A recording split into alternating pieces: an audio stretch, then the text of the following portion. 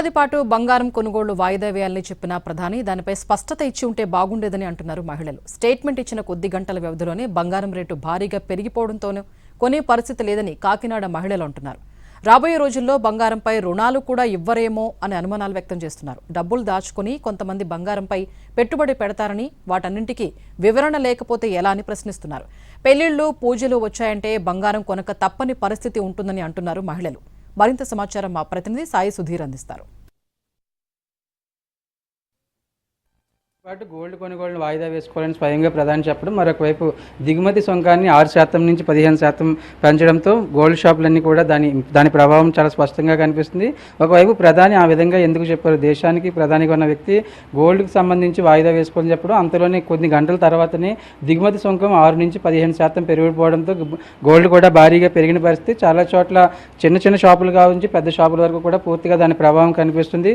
అసలు ఆ విధంగా ఎందుకు చెప్పాల్సి వచ్చింది? అదేవిధంగా కొంతమంది పెట్టుబడులు పెట్టుకుని గోల్డ్ మీద ఉంటారు. దానికి అనుగుణంగానే రాబోయే రోజుల్లో ఎట్లా ఉంటుంది అనేది కొంచెం కన్ఫ్యూజ్గా కనిపిస్తున్న పరిస్థితి. సార్ ఏంటి, ఎట్లా ఉంది బిజినెస్? ఏంటి బిజినెస్ అయితే ఏమీ లేదండి, మొత్తం అంతా ఖాళీగా ఉన్నారు. అందరూ కూడా వర్కర్స్ కూడా ఖాళీగా ఉన్నారు. ప్లస్ ఏంటంటే కొన్ని కస్టమర్ కూడా రేట్ అందుబాటులో లేక వాళ్ళు కూడా చాలా కొనడానికి చాలా ఇబ్బంది ఫీల్ అవుతున్నారు. ఈ నిర్ణయాలను బట్టి కూడా కొంచెం అందరికీ కూడా కొంచెం ఇబ్బందిగానే ఉందండి. అంటే 1 year వరకు కొనొద్దని చెప్పడం కనుక ఏంటంటే ఏమనుకుంటారు? మీరు చాలా ఎక్స్పీరియన్స్ బిజినెస్ లో. అవునండి, 1 year వరకు కొనొద్దు అంటున్నారు, కానీ ఎవరో ఆగరండి. అలాగే డబ్బున్న వాళ్ళు ప్రతి వాళ్ళు కూడా కొంటారండి. కాకపోతే ఏంటంటే ఇంకో సోర్స్ ఏం కనబడట్లేదండి. వేరే గోల్డ్ కొనాలనే తప్ప వేరే ఇమ్మీడియట్గా క్యాష్ అవ్వాలంటే గోల్డ్ తప్ప ఇంకోటి వేరే ఏమీ లేదండి. అందువల్ల ఏ సేఫ్ సైడ్ కన్నా గోల్డే మెయిన్.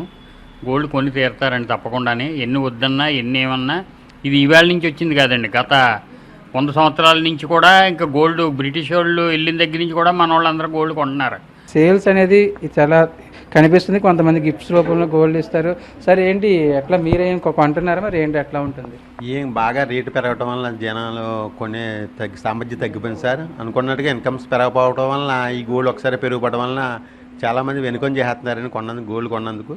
ప్లస్ ఇదివరకు అంటే ఎక్కువ మొత్తంలో కొన్నారు, ఇప్పుడు తక్కువ మొత్తంలో కొంటున్నారు. ఇప్పుడు ఇదివరకు ఒక 10 grams కొన్నాడు, ఈ రోజున 2 grams అలా సరిపెడుతున్నారండి. దిగుమతులైన ఆపుతారు నుంచి ఒకసారి జనాలు మెటీరియల్ కొనేస్తారు. బిస్కెట్ రూపాన కొనేస్తున్నారు, వస్తువుల రూపాన కాకుండా బిస్కెట్లు.